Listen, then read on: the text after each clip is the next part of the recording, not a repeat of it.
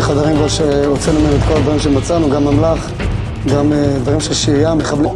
זה אנחנו שמנו לצורכי עבודה, אבל הדולבים האלה, דולבים של מים, יכולת להחזיק. זה אותנטי שלהם, כפפות שלהם, תלאי צבע שלהם, אפשר לראות זה. अब जाकर हुआ है मेल मिलाप। लोग लगातार कह रहे थे ना कि भैया देखो नेतन्याहू और ट्रंप एक जैसे, अमेरिका और इजराइल एक जैसा।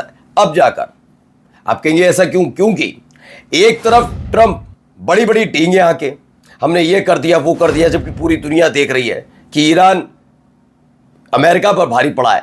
लेकिन अमेरिकन जानते हैं, अमेरिका के सांसद, अमेरिका के अधिकारी, अमेरिका के विश्लेषक सब बता रहे हैं इस आदमी ने बर्बाद करवा दिया अमेरिका। यानी अमेरिका इस पूरे संघर्ष में घुटने टेकने को मजबूर हुआ। ऐसा ही अब इजराइल के साथ है।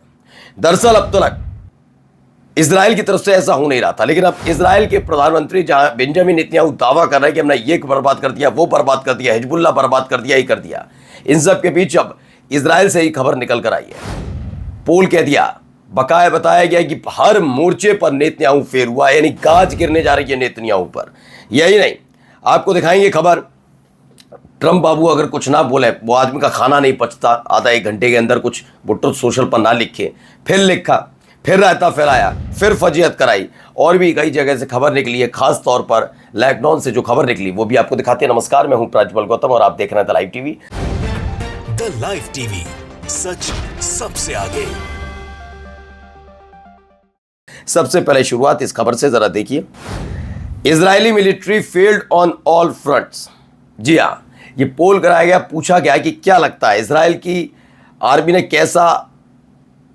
किस तरीके का दिया है। तो बताया गया इसमें कि भैया जैसा दिया गया है, जैसा हुआ है, उस लिहाज से अगर देखा जाए तो पोल बता रहा है कि फेल हो गई है पूरी की पूरी। A poll published by Israel's public broadcaster on 28th April found that a majority of Israeli believe the state has failed to secure victory in any war since October 2023. The Cradle की report है।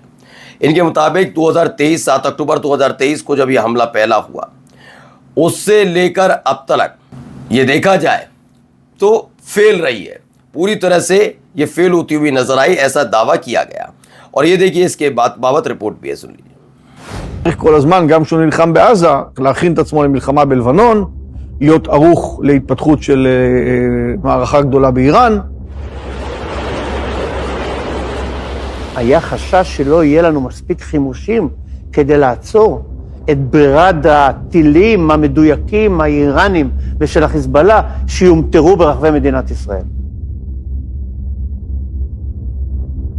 तो देखिए इसमें बताया भी Netanyahu से संबद्ध Israeli channel है 14। इससे आपको बारे में अगर नहीं पता तो वही एक तरह से गवर्नमेंट चैनल है चैनल 14। उसने खुद माना कि ईरान और हिजबुल्लाह जो है उनका सामना करने में इजराइल की सुरक्षा नीति पूरी तरह से फेल रही है। यानी इजराइल की सुरक्षा नीति का मतलब है नेतन्याहू पूरी तरह से फेल रहा।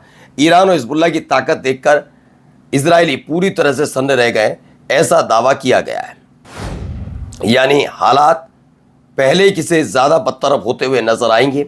अब तक इजरायली सिर्फ सड़क पर उतरते थे, अब तक सिर्फ जनता का आक्रोश रहता था, लेकिन जब आपके अपने आप के खिलाफ खड़े हो जाएं, यानी कि इससे पहले बेनेट ने मुद्दा को उठाया और वो जाकर मिल गए इनके चेयर प्रतिद्वंदी से, टुगेदर नाम की नई पॉलिटिकल पार्टी बना ली है, जिसको लेकर अब वो मैदान में उतरने जा रहे हैं और नेतन्याहू की प्रॉब्लम खड़ी करेंगे।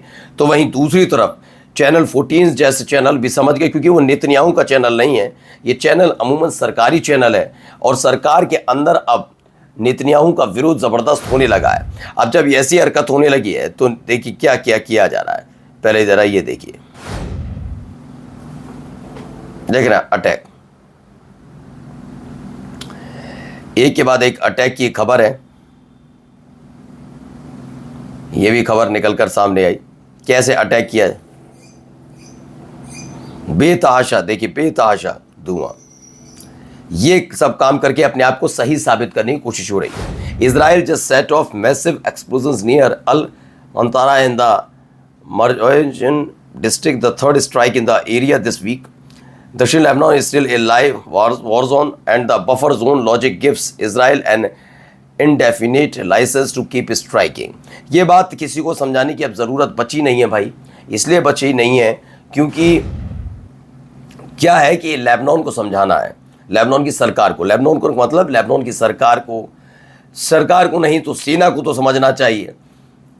ये उन्हीं को समझना है। सरकार तो चलो बड़े आदमी बन जाते हैं, मंत्री, प्रधानमंत्री, राष्ट्रपति हो जाए तो ना सुने, लेकिन सेना को समझना चाहिए कि लेबनान की जनता से उठकर गए ये लेबनीज सैनिक कैसे शांत बैठ सकते हैं कि उनके देश पर, उनके देश पर, उनके आम नागरिकों पर हिजबुल्लाह के नाम पर बम गोला बारूद बरसाया जाए, वो चुपचाप बैठकर देख रहे हैं। ये बात भी सच है ना। देखिए क्या हो रहा है, ये अब एक नई वीडियो है। הקיר הזה היה פתוח, באנו בעצם עם פטיש, שפרנו את הכניסה ותראו מה גילינו.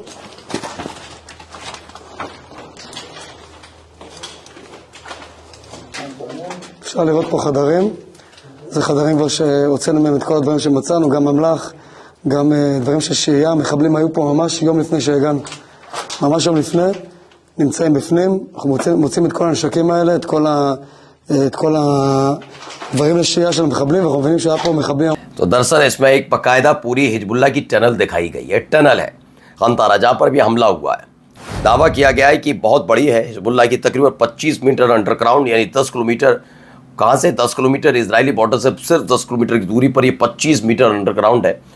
और ये अमूमन यहीं से कब्र खोदने का काम हिजबुल्लाह करता रहा। ये दूर दूर तक अगर इसके अंदर जा रहे हैं तो अलग अलग तरीके से रहने की व्यवस्था है, बाकायदा वहाँ पर अटैक करने की, ऊपर किसी न किसी तरीके से ऊपर देखने की व्यवस्था है कि अटैक किया था। इसे देखकर खुद इजरायली सैनिक भी बहुत चक्कर रह गए कि कैसे पूरी तरह से ऑपरेट किया जा रहा था। और सुनिए जरा इस आदमी को, ये अपनी छवि सुधारने के लिए क्या किया।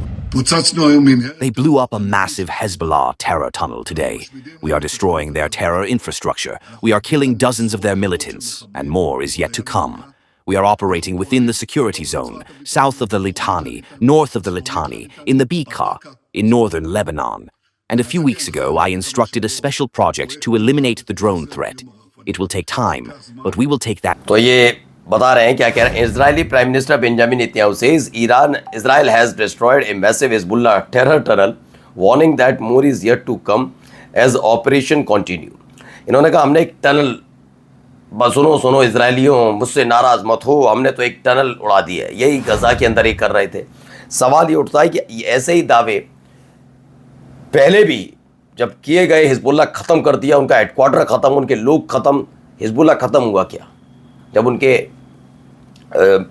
महासचिव पर हमला हुआ था, इंतकाल हुआ, तो क्या उसके बाद हिजबुल्लाह ख़त्म हो गया क्या? ऐसी हूती लड़ाकों पर अटैक किया गया, अमेरिका की तरफ से कहा गया सब बर्बाद, 2 घंटे में हूती लड़ाकों ने पलटवार कर दिया था, ख़त्म हो गया क्या? ऐसे ईरान के लिए खामेनेई साहब के बाद कहा गया ईरान ख़त्म, तख्ता पलट, ईरान ख़त्म हो गया क्या? ये जो कहानियाँ इनकी सुनाई जाती है, ये अपने आप को बचाने की कोशिश कर रहा है नेतन्याहू। और देखिए इन सब के बीच भाई साहब, the chancellor of Germany Friedrich merge thinks it's okay for Iran to have a nuclear weapon. He doesn't know what he is talking about. If Iran had a nuclear weapon, the whole world would be held hostage. I am doing something with Iran right now that other nation or presidents should have done long ago.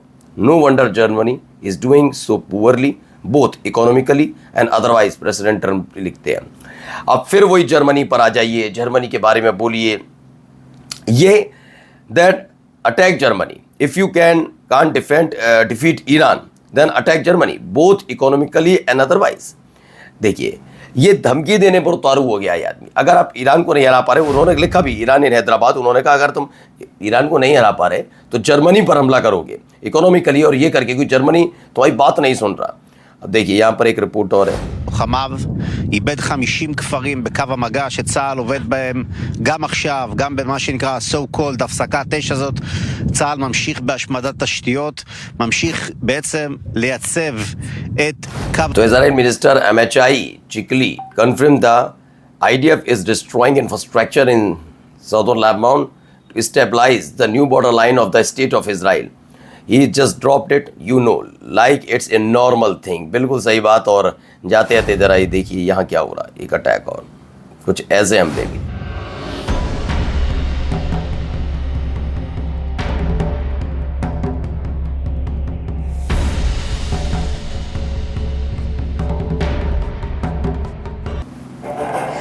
तो एक के बाद एक attack. Hezbollah continue fighting despite damage to rocket launcher cabins military. नमस्कार। The live TV, सच सबसे आगे।